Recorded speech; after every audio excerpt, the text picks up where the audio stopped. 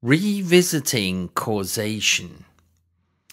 How can such flatly contradictory positions on folk psychology as those of Churchland, Dennett, and Fodor have emerged?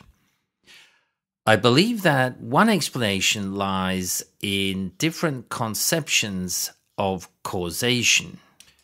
Churchland's determination to completely eliminate folk psychology from scientific discourse can, I believe, be traced back to a traditional reductive billiard ball model of causation.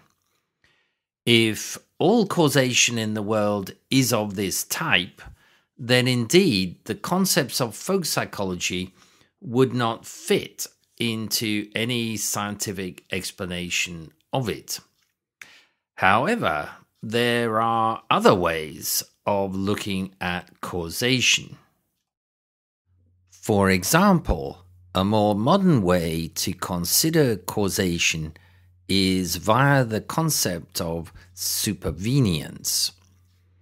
In relation to consciousness, a simple way to characterize supervenience is to say that mental states are dependent on brain states, but not determined by them. Chalmers, for example, invokes a fourfold division of supervenience. Firstly, a natural/logical distinction, and second, a local/global distinction. In Chalmers' complex interpretation, global supervenience is context dependent, whereas local supervenience isn't.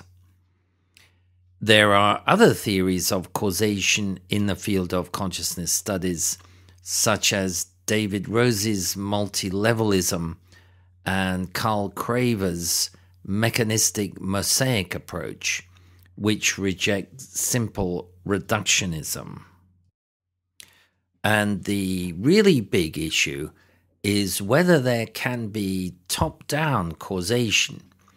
In other words, whether, for example, sociological or economic forces can independently produce chemical or physical effects.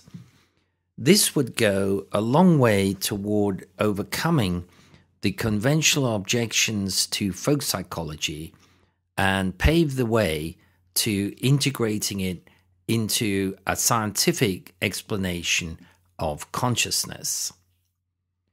So this is the end of the first unit of my course on theories of consciousness, which dealt with folk psychology. The next unit is about the effect that reductionist theories in the philosophy of science have had on efforts to understand consciousness.